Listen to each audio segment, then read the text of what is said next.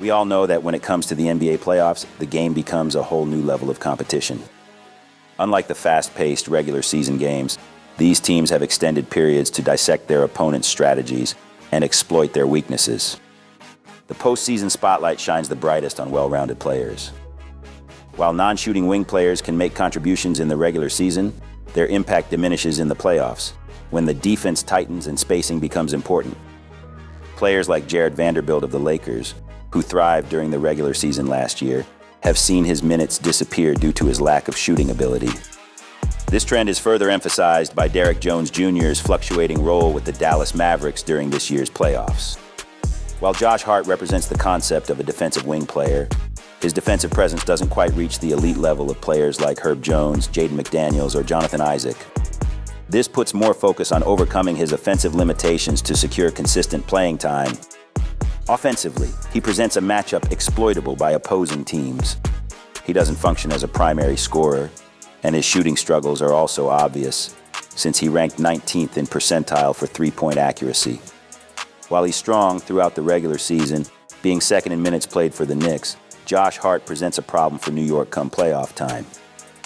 He's often labeled as an 82-game player. He thrives in the regular season, but struggles against tougher competition. Last year's Eastern Conference semifinals against Miami proved this. After averaging 35 minutes in the first round against Cleveland, Hart's playing time dipped to an average of 29.7 minutes against Miami, including just 9 minutes in Game 5, a game the Knicks surprisingly won. Heading into the playoffs, they need him to be a major contributor, but his ability to perform under pressure remains uncertain. The Knicks started off strong, dominating their first two meetings with the Philadelphia 76ers, largely thanks to Hart's impressive performance. In their first two games, Hart averaged 21.5 points, 14 rebounds, and 2.5 assists while playing 90 out of 96 minutes, and Hart has been the biggest factor in their early success. You might be wondering, all of a sudden, how is he playing better now than the previous years?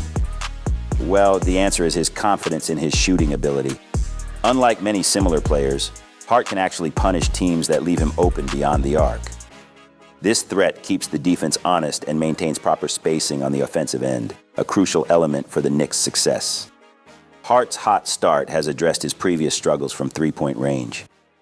For the first three games, he shot 12 for 23 from downtown, which is about 52.2% from three.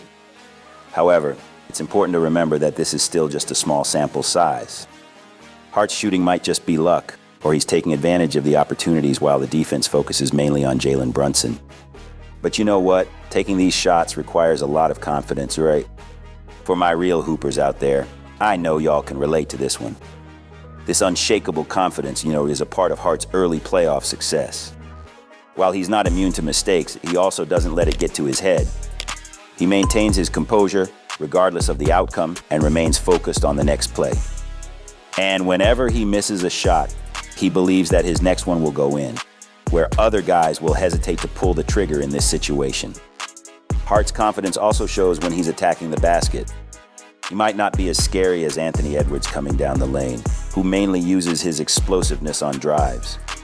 Instead, Hart thrives in the chaos of transition.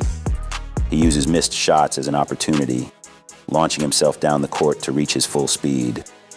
When he reaches his full speed, he won't back down from anyone, at times even challenging Joel Embiid at the rim. New York's defensive scheme capitalizes on Josh Hart's strength in transition by positioning him against less offensively gifted players like Tobias Harris and Kelly Oubre Jr. This strategic matchup allows Hart to focus on securing the defensive rebounds. With an outlet pass, Hart can then spark the fast break. Like on this play, he might have missed the layup, but it allowed Mitchell Robinson to get the perfect opportunity for a putback dunk. Besides rebounding, Hart's physicality has been another factor in the Knicks' surprising offensive success. While their effective field goal percentage sits in the middle of the pack, 16th in the league, their offensive rating ranks high at 7th place. This seeming contradiction underscores the value of Hart's ability to fight for second chances and extend possessions, a key factor even for high-scoring offenses. Their dominance on the offensive glass, in which they led the league in offensive rebounding percentage, created extra scoring opportunities for their team. This led to them getting more than one shot per possession, unlike most teams that only get one shot. Despite being on the shorter side for NBA players, with his standing height of 6'4", Josh Hart excels at offensive rebounding. He ranked in the 61st percentile league-wide for offensive rebounding. His former Laker teammates even nicknamed him Josh Barkley because of his relentless pursuit of rebounds. His lack of height requires a different approach. Instead of relying on his size, Hart uses his strength and determination to fight through bigger opponents and create second-chance scoring opportunities for his team. Coach Thibs even said this about Josh Hart after their Game 1 win against the 76ers. Yeah, I don't want to overlook his contribution because he was a monster throughout. You know, big rebounds, tough defense, hustle plays, big shots at the end, coming up with loose balls, and that's what this is. This is, you know, you got to show toughness. In the first 2 games, Josh Hart has snagged 8 offensive rebounds, tying Embiid for the lead in offensive rebounds after 2 games. This highlights Hart's impressive ability to crash the offensive glass, and after the Knicks closed out the series on Game 6, Hart led both teams in rebounding with a 12.3 average. But you know what? The key to Hart's recent success might be his ability to handle the ball effectively in short bursts. Even if his overall usage rate is low, he can be a threat when the ball is in his hands, as he's shown during the first few games in the playoffs. The Knicks strategically use him to initiate the offense, allowing Jalen Brunson to operate off-ball. They even have plays specifically designed for Hart himself, used to exploit mismatches that is being thrown in his way. Similar to Jimmy Butler and Giannis Antetokounmpo, a defender can't sag off and protect the paint as easily when a non-shooter like Hart is actively involved in the play. His physicality and quick decision-making also makes him a valuable asset as a screener and short roll passer, further increasing his involvement in the offensive sets that the team is running. Despite his unconventional play style for a small forward in this era, Josh Hart is thriving in the playoffs by proving his doubters wrong. He got the confidence to shoot when he's left wide open, the awareness to adapt to the game's tempo, the intensity to elevate the energy level of his teammates, and the versatility to contribute offensively in various ways. He's proving a lot of us wrong and showing that elite shooting isn't really necessary for a wing to succeed in the playoffs' intense environment. And while his unorthodox play style and path to success hasn't been a smooth sailing, it appears to perfectly suit his relentless underdog mentality. I don't know about you, but to me, he looks like the heart and soul that this team has been needing during these past few months.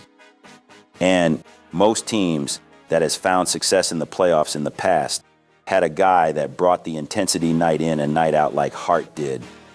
And New York Knicks fans should be excited because this team is becoming a dog, putting up a fight even without the presence of their second-best player, Julius Randle, which we could argue it gave Josh Hart the green light and the opportunity to step up and prove that he's capable of doing more. If it isn't Josh Hart, who do you think made the biggest difference for the Knicks during this year's playoffs? Type down your opinions on the comments down below.